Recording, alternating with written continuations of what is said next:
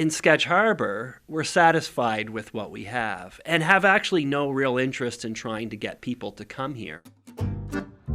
Well, it's a 12.5 by 16.5 wooden structure, outbuilding that's approximately 100 plus years old. So it was here on the property, and it was a falling down shack that was imploding on itself.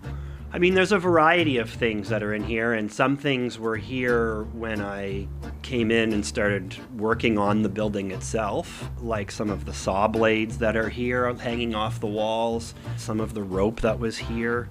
You know, the floorboards are original. You know, I described this place as a photography studio, a art gallery, and a rustic hangout. I've been living in this community for about 8 years now. I was actually kind of enchanted by the house on my way to Crystal Crescent Beach when I first moved to Nova Scotia. There was something about this place and there was something about this house on the corner that struck me and had always kind of stayed with me. And then 8 years ago I moved to the property and started taking pictures of the neighborhood, things that I've been growing in the garden, of some of the people, and then I just didn't know what I was doing with these pictures because they were often a little bit darker, a little bit more mystical in a certain way. I thought, hey, these photographs could actually live inside here. You know, Ketch Harbour Department of Tourism is on Google Maps, so you can easily find it. I would prefer, it would be nice to kind of set up a bit of a meeting. A few weeks ago, a family of 5 Ukrainians came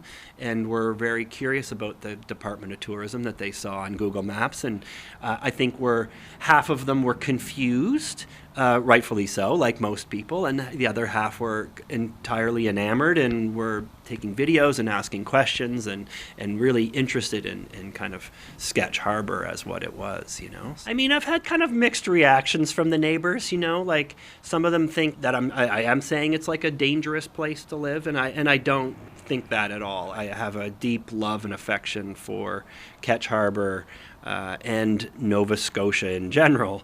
But there is something slightly under the surface of any community and any property, really. The thing that I find funny, and I have, you know, big respect for the clients that I work for, and I have done much work for tourism entities. So, like, I understand the process that's involved in kind of photographing these things to get people to come to places.